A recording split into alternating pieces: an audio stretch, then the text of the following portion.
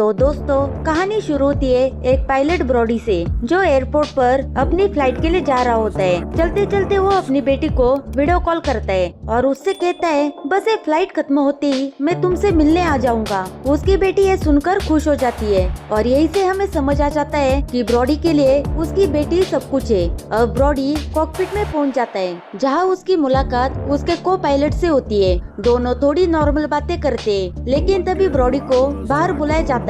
बाहर एक ऑफिसर उसे बताता है कि इस फ्लाइट में एक खतरनाक कैदी टोनी को ट्रांसफर किया जाएगा। वह कहता है यह आदमी बहुत खतरनाक है, लेकिन हमें इसे ले जाना ही होगा और यह जिम्मेदारी हम तुम्हें इसलिए दे रहे हैं क्योंकि तुम काफी जिम्मेदार हो, जिस पर वह मान जाता है। अब सारे पैसेंजर प्लेन में बैठ जाते हैं और फ्लाइट टेक ऑफ कर जाती है। शुरुआत में सब कुछ बिल्कुल ठीक चलता है, लोग आराम से बैठे होते हैं, कोई सो रहा होता है, कोई बातें कर रहा होता है। लेकिन कुछ देर बाद मौसम अचानक बदलने लगता है। आसमान में काले बादल छा जाते हैं, तेज तूफान शुरू हो जाता है और बिजली चमकने लगती है। ब्रॉडी को कुछ गड़बड़ महसूस होती है। वह तुरंत अनाउंसमेंट करता है सभी लोग सीट बेल्ट बांध ले। वह कंट्रोल रूम से संपर्क करने की कोशिश करता है, लेकिन रेडियो काम करना बंद कर देता है। तभी अचानक एक जोरदार बिजली प्लेन से टकराती है। पूरा प्लेन हिल जाता है, लाइट बंद होने लगती है, पैसेंजर चिल्लाने लगते हैं। इसलिए ब्रॉडी सारे पैसेंजर को देखने जाता है। इस बीच एक बार फिर प्लेन को जोरदार झटका लगता है, जिससे ब्रॉडी गिर जाता है और उसके सिर पर चोट लग जाती है। इसकी वजह से सारे पैसेंजर की हालत खराब होने लगती है। ब्रॉडी वापस केबिन में आकर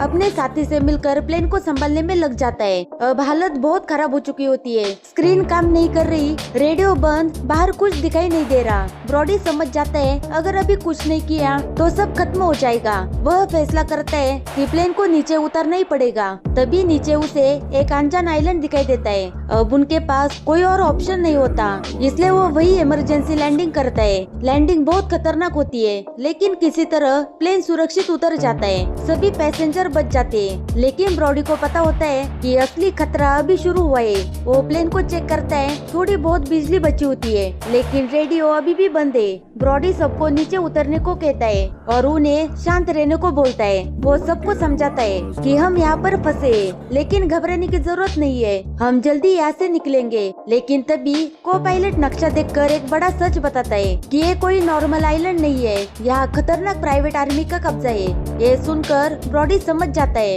कि अगर उन्होंने हमें देख लिया तो हम सब खत्म हो जाएंगे। उधर प्लेन कंपनी को भी इस बात का पता चलता है कि प्लेन गायब हो चुका है, तो वह तुरंत एक रेस्क्यू टीम को एक्टिव करते हैं। अब ब्रॉडी भी प्लेन ठीक करने की कोशिश करता है, लेकिन रेडियो काम नहीं करता। तो एक प्लान बनाता है कि हमें आइलैंड के अंदर जाकर रेडियो ढूंढना होगा और इस मिशन के लिए वह टोनी को अपने साथ ले जाने का फैसला करता है। सब हैरान हो जाते हैं क्योंकि टोनी एक खतरनाक कैदी है, लेकिन ब्रॉडी उसकी हथकड़ी खोल देता है और दोनों जंगल की तरफ निकल जाते हैं। जंगल में चलते हुए टोनी पूछता है तुम मुझ पर भरोसा क्यों कर रहे हो? ब्रॉडी कहता है क्योंकि अभी हमें साथ मिलकर ही बचना है। धीरे धीरे दोनों के बीच भरोसा बनने लगता है। जंगल के अंदर उन्हें एक पुरानी फैक्ट्री मिलती है। अंदर जाकर उन्हें एक रेडियो मशीन मिलती है। ब्रॉडी उसे ठीक करता है और किसी तरह मैसेज भेजने की कोशिश करता है, लेकिन सिग्नल सही से नहीं जाता। तो एक आइडिया लगाता है, वह अपनी बेटी के जरिए मैसेज ऑफिस तक पहुंचाने की कोशिश करता है। तभी अचानक उन पर हमला हो जाता है, लेकिन इस बार टोनी पूरी तरह एक्शन में आ जाता है। वो कई गुंडों को मार देता है और उनके हथियार ले लेता है और ब्रॉडी को भी देता है। यहीं पर दोनों को एक बड़ा सच पता चलता है कि यह प्राइवेट आर्मी लोगों को किडनैप करती है और उनके वीडियो बनाकर उनकी फैमिली से पैसे मांगती है और अब उनके पैसेंजर भी खतरे में है। दोनों जल्दी से वापस भागते हैं, लेकिन जब वो वापस आते हैं तो सारे पैसेंजर गायब होते हैं और दूर से गाड़ियों की आवाज आती है। ब्रॉडी समझ जाता है हमें यहाँ पर आने में देर हो चुकी है। प्राइवेट आर्मी सारे पैसेंजर को उठाकर ले जा चुकी है और पैसे दिए बिना वह उन्हें छोड़ेगी नहीं। अब वो दोनों पैसेंजर को बचाने के लिए फैक्ट्री की तरफ भागते हैं। तभी अचानक रेस्क्यू टीम वहाँ पर पहुँच जाती है। अब इनके बीच फैसला होता है कि प्राइवेट टीम का लीडर सबसे पहले अपनी टीम के साथ वहाँ जाएगा। उधर ब्रॉडी और टोनी फैक्ट्री की तरफ जा रहे थे। वहाँ पर पहुंचकर चुपके से अंदर घुस जाते हैं, जहाँ वो सारे गुंडे पैसेंजर की वीडियो बना रहे थे। प्राइवेट टीम भी प्लेन के पास पहुंच जाती है। इन्हें वहाँ कोई भी नहीं दिखता। तो टीम लीडर प्लेन के अंदर जाकर चेक करता है जहाँ 2 लोगों की लाशें थी। इसके अलावा उन्हें ब्रॉडी का छोड़ा हुआ मैसेज भी मिल जाता है जहाँ पर फैक्ट्री का एड्रेस लिखा हुआ था। वही ब्रॉडी और टोनी उन गुंडों पर नजर रख रहे थे जिनमें से 2 गुंडों को पीछे से आकर पकड़ लेते और मुंह बंद करके उन्हें मार देते। फिर वहाँ से आगे बढ़ते और एक कमरे में पहुँच जाते।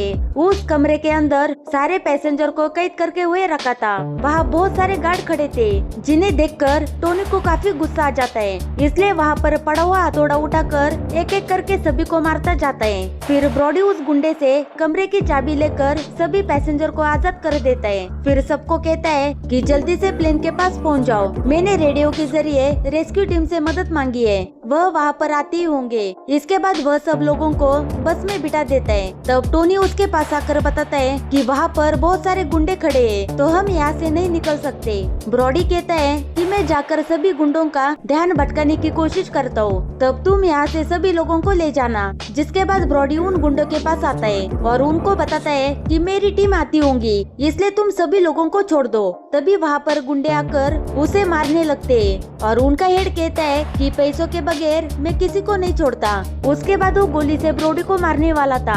तभी प्राइवेट टीम वहाँ पर आकर उन गुंडों पर हमला कर देती है। वो उन पर गोलियां चलाते हैं जिससे काफी गुंडे मारे जाते हैं। उसके बाद वो ब्रॉडी को बस में बिठाकर यहाँ से जाने लगते हैं। तभी गुंडों का लीडर देखता है कि बाकी साथियों के साथ मेरा भाई भी मारा गया, तो उसे काफी गुस्सा आता है। बस में ब्रॉडी उस प्राइवेट टीम से बातें करने लगता है। तो उनका हेड बताता है कि हम एक छोटी सी प्राइवेट टीम है जो तुम्हें बचाने के लिए आई है और हम कोई रेस्क्यू टीम नहीं है, उन्हें आने में और भी वक्त है। उसके बाद सभी प्लेन के पास आ जाते हैं जहाँ टोनी सारे पैसेंजर को पहले ही ला चुका था। ब्रॉडी लोगों को कहता है कि प्राइवेट टीम हमारी मदद करने के लिए आई है और हम उनकी मदद से प्लेन को चला लेंगे और फौरन यहाँ से निकल जाएंगे। तो आप सब लोग प्लेन में बैठ जाइए क्योंकि हम रेस्क्यू टीम का इंतजार नहीं कर सकते, उनको आने में अभी वक्त लगेगा और अगर हम यहाँ पर रुके तो हम आर्मी के हाथों से मारे जाएंगे। यह सुनकर सारे लोग प्लेन में बैठ जाते हैं। ब्रॉडी प्राइवेट टीम के साथ मिलकर प्लेन को ठीक करने में लग जाता है।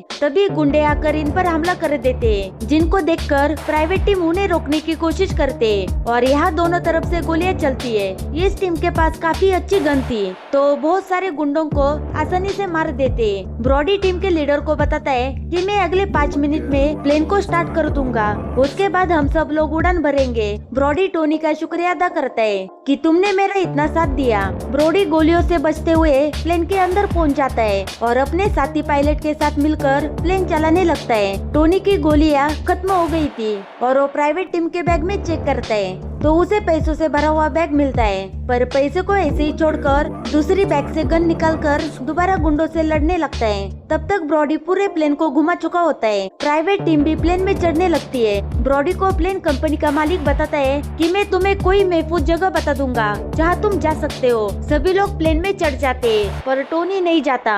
वह पैसों से भरा बैग लेकर वहाँ से भागने लगता है। तब उसे जाता हुआ देखकर प्राइवेट आर्मी उनके प्लेन पर हमला कर देती है। उनका लीडर रॉकेट लॉन्च करके उन्हें एक चुटकी में उड़ाने का सोच रहा था, लेकिन उसे टोनी देख लेता है और उसे गोली मारकर गिरा देता है। ये देखकर ब्रॉडी को काफी खुशी होती है, जिसके बाद वह अपनी पूरी ताकत लगाकर प्लेन उड़ाने में सफल हो जाता है। इस वजह से टोनी भी खुश था और वो भी वहाँ से चला जाता है। अब प्लेन उस आइलैंड से काफी दूर आ चुका था, जबकि प्लेन का मालिक उसे एयरपोर्ट के बारे में बताता है जहाँ ये लोग जा सकते हैं, जो काफी करीब है। ब्रॉडी उस तरफ प्लेन को ले जाने लगता है, पर एक बार फिर प्लेन तबाह होने लगता है। तभी ब्रॉडी इमरजेंसी लैंडिंग करवाता है और उनका प्लेन नीचे आने के बाद जंगल के रास्ते से आगे बढ़ने लगता है। सभी लोगों की जान बच गई थी, इसलिए वह काफी खुश थे। उधर प्लेन कंपनी का मालिक और उनकी टीम भी बेहद खुश थी। ब्रॉडी और उसका साथी भी सुकून की सांस लेते कि कम से कम उस आइलैंड से तो निकल आ गए और सबकी जान भी बच गई थी। कुछ ही देर में रेस्क्यू टीम भी वहाँ पर आ जाती है, जिन्हें देखकर सारे पैसेंजर खुश होते और साथ ही ब्रॉडी की बहादुरी पर तालियां बजा रहे थे। ब्रॉडी सारे पैसेंजर को रेस्क्यू टीम के साथ भेज देता है, जिसके बाद वह अपनी बेटी से बात करता है। उनकी जान बच गई, इसलिए उसकी बेटी खुशी से रो पड़ती है और हम समझ जाते हैं असली हीरो वो होता है जो मुश्किल में भी दूसरों की जान बचाए। अगर आपको यह कहानी पसंद आई हो तो वीडियो को लाइक और चैनल को सब्सक्राइब जरूर करें। Thank you for watching.